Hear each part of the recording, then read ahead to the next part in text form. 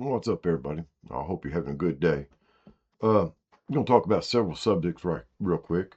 Uh, let's talk about the water. All right. Uh, several things tied into this.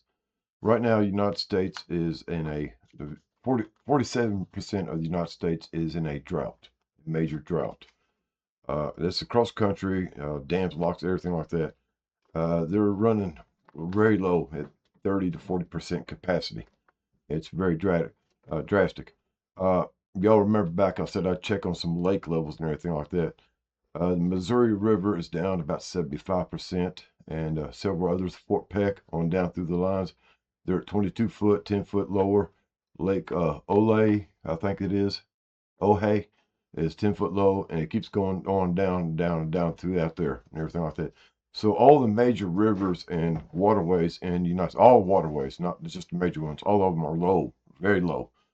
Uh, if you watch BP Earthwatch, he's been keeping up with what's going on in Lake Mead and Hoover Dam.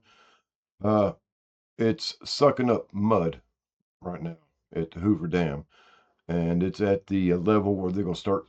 The water level is so low now they're going to start doing water restrictions throughout. But the one that's sucking up mud is the one that feeds Las Vegas, if I remember right, if I'm not mistaken about what he said. That's bad, guys, because this is going to go into the turbines, and of course, that's going to cause damage to the turbines, and then the whole system will be shut down. Currently, they have all roads going into the area of Hoover Dam shut off.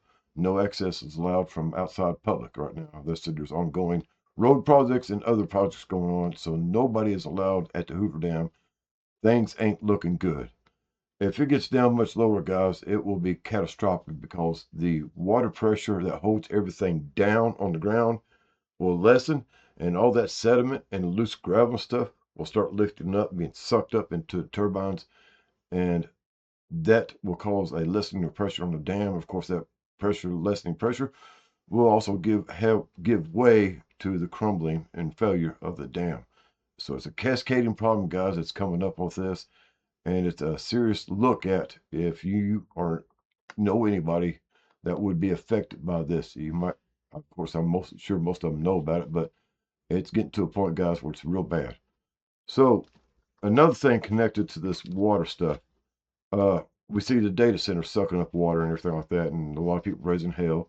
There's other methods for data centers to use to cool their systems, but water is cheaper because they can steal it. So that's that. But there is water shortage because of that. But guys, remember, we was going into this before they started hollering data centers all over the place.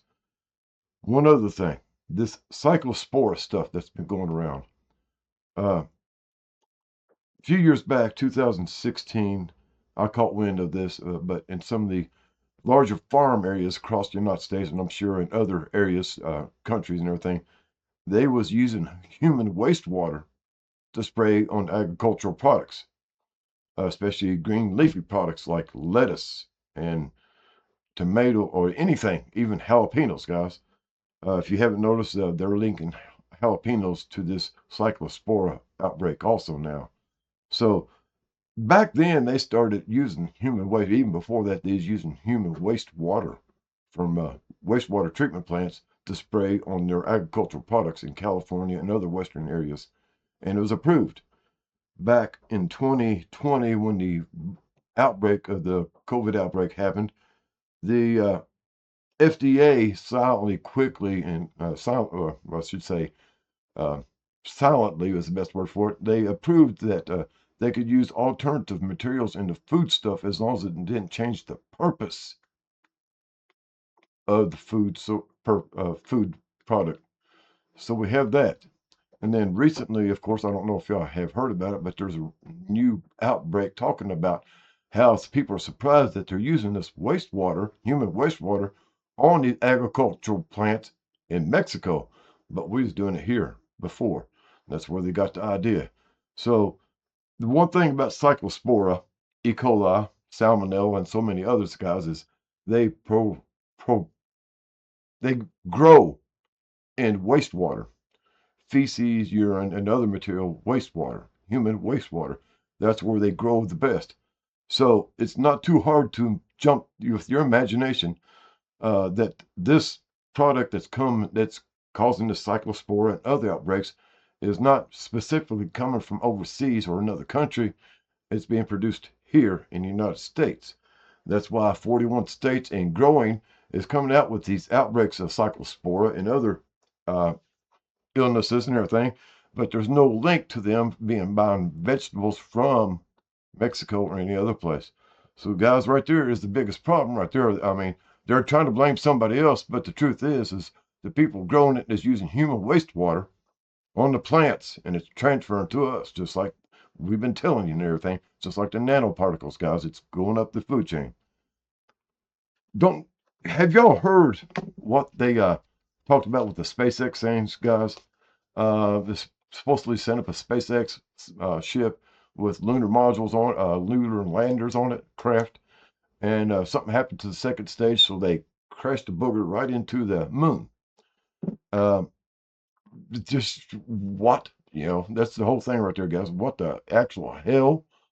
So I haven't really checked up on it, guys, but it's already hit the moon. It was a half moon yesterday or last night or this morning. So it hit there. We didn't get to see where at. They had an animated image of it, of course, but that doesn't really tell us anything. But the thing is, they said they wanted to see what happens if they crash a ship into the moon, a solid object, a man-made object into the moon. I thought we've already done that. In fact, we've done it several times with Apollo missions, supposedly. Also in 2016, 2018, I called a story about how NASA fired 3 thermonuclear bombs to a specific location on the moon and blew the hell out of something on it. And they said they just wanted to see what happens. Again, they threw a big old rocket bomb, whatever you want to call it. That might have been loaded with a bomb. We don't know. They lie about everything, but they said they just used it to see what would happen if they bumped into it. So there's a lot of questions about that. So we go back a few months, guys, and y'all remember NASA sent up that little, whatever it was, the Atlas mission there, and it went around the moon and come back and took a bunch of pictures. The next thing you know, NASA and everybody else wants to start throwing some more satellites up in that direction. And recently we had one, they said it went up and something happened to it on the way up. So they sent up another one to fix it, and something happened to it. And then they sent up this SpaceX ship, supposed to be landing lunar crawlers, ships. Yeah, you know what I mean, buggies. Well, and it lost control of it. And if you go back over since we started sending this thing, it went up to right before we went to the moon with the Atlas mission, guys, we was having problems getting ships to stay up in the air. They was getting blowed up on the launch. Remember the Blue Origin just a few months ago? Blew up right before it took off. So what the actual hell? I think we've run into somebody that don't want us coming up there. We talked about space wars going on, satellite wars going on. So I think we see a little bit of evidence pointing to that. Just my observations, guys. But you might see them different. But I think we've got war going on in space. We've got war or dominion on the moon going on, and I don't know who. Again, back 2016, NASA launched 3 thermonuclear bombs at the moon and hit it just to see what happened. Yesterday or this morning, they hit the moon with a whatever ship, a SpaceX ship carrying who knows what, and hit the moon with it to see what happens. Wondering what. So a lot of odd things going on, guys, and there's no really clear connection to all of this unless you kind of step back and look at the whole grand picture of what's been going on here. So we're wondering what the actual fuck is going on with the moon. And why can't we get ships or anything else to stay up in space? Y'all have a good day. Later, taters.